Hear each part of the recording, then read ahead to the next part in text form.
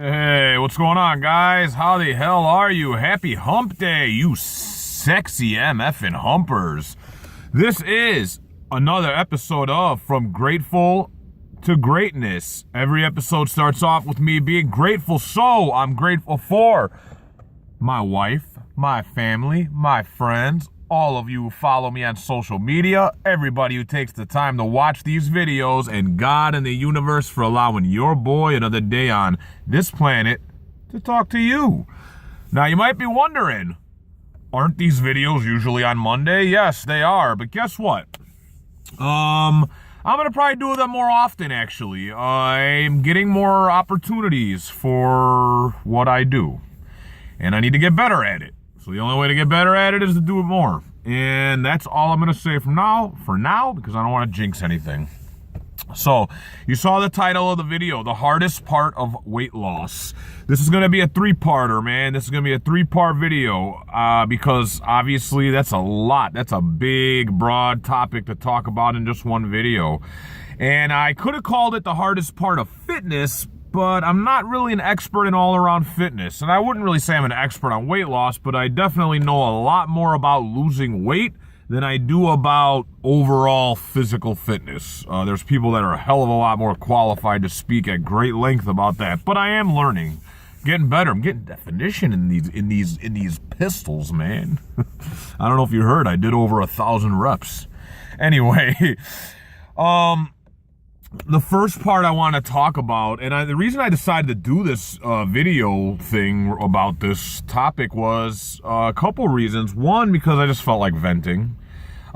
Two, because I think a lot of people who are going to try to lose weight need to know this stuff. And three, people who already have lost weight can definitely relate to what I'm about to say, to everything I'm going to say.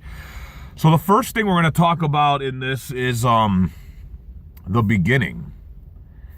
The hardest part of weight loss, part one, is the beginning, man. Just starting is making that decision and going full force with it. You know, changing the way you eat, changing the way you live, changing the desire to go exercise.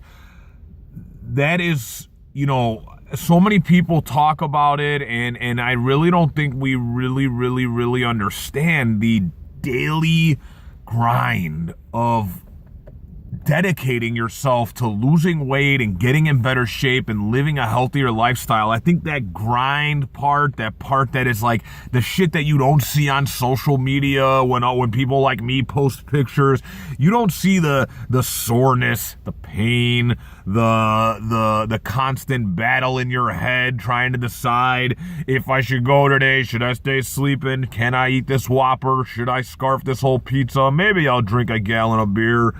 There's always this conflict because it is an addiction.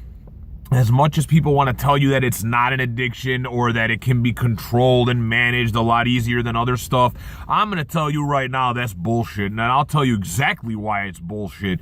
You can't buy a beer anywhere you go.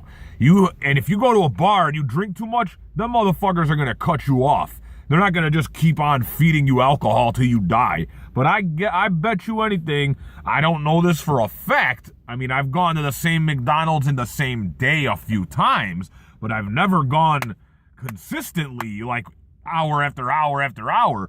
But I'll tell you what, I'm pretty sure the people at McDonald's aren't going to cut me off at some point. And that's the main difference between weight loss and eating addiction and other addictions. And I'm not saying that eating addiction is better or bigger or anything like that. I'm just saying it's a different kind of struggle because food is readily available everywhere you go. It's all around you. So it's very difficult. And the biggest part about it is that not only is it hard to do it on your own, it's hard to do it at family parties. It's hard to do it at gatherings with friends. It's hard to stay on track because most people don't have this problem. Most people can either eat in moderation or really aren't in the mind frame that you are about getting themselves in better shape. So now it's not only that starting is hard, because, that's obviously the difficult part is making the decision to start the whole thing. Then the next tough part is being consistent with it, which is the hardest part of it all, actually. being consistent. I've been doing this for 6 years strong, man. And I'll tell you what, no thing about it, motivation, dedication, all that stuff, all those words I could say, the hardest thing about this is being consistent. It's making the choice to do this every single day of the week. That's the tough part. You know what? Everybody's amped up at the beginning of a journey. That's when you have the most motivation to do something. But man, that after 6 months, after 3 months, after, even after a couple weeks, when a bad day happens, and I've always said this, it's even in my book, it doesn't matter what you do on your first day, it matters what you do on your worst day. There's some variation of that, but bottom line is it's can you be strong on the days when you're at your weakest? Can you be strong? Can you not smoke a cigarette when you have a bad day? Can you not eat a Whopper when you have a bad day? Can you make it through those tough times?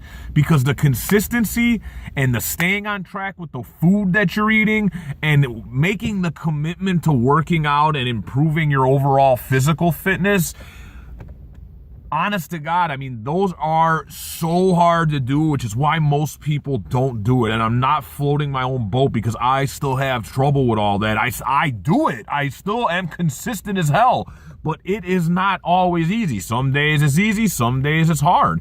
And it's those days when it's difficult that you push through, because if you push through it, the easy days when you're feeling fucking great and you're walking around bouncing, feeling on top of the world, those days are like nothing to go hit the gym. But yeah, man, I feel like, I wanted to talk about this, like I said, because there's so many of you that can relate to this, and there's so many of you that need to know before going into this.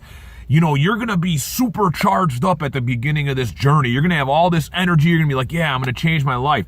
And then a week or 2 weeks or a month is going to go by, and that same energy isn't as strong, which is why I'm always saying find your motivation. Find those things that are going to give you a charge and lift your spirit, whether they're movie scenes or quotes or songs or videos, whatever they are. Find those things that send those chills through you and use them. Memories, pain, all that stuff, man. Everything that gives you a feeling, use it. And let it fuel you every day. Every single day of the week, I think about the night I almost died. Every day. Every single day, I think about that night I almost died 6 years ago. And here we are, 6 years strong, and I'm still going. Still chasing new dreams. So like I said, the hardest part is being consistent. And these are the tools that will help you be consistent.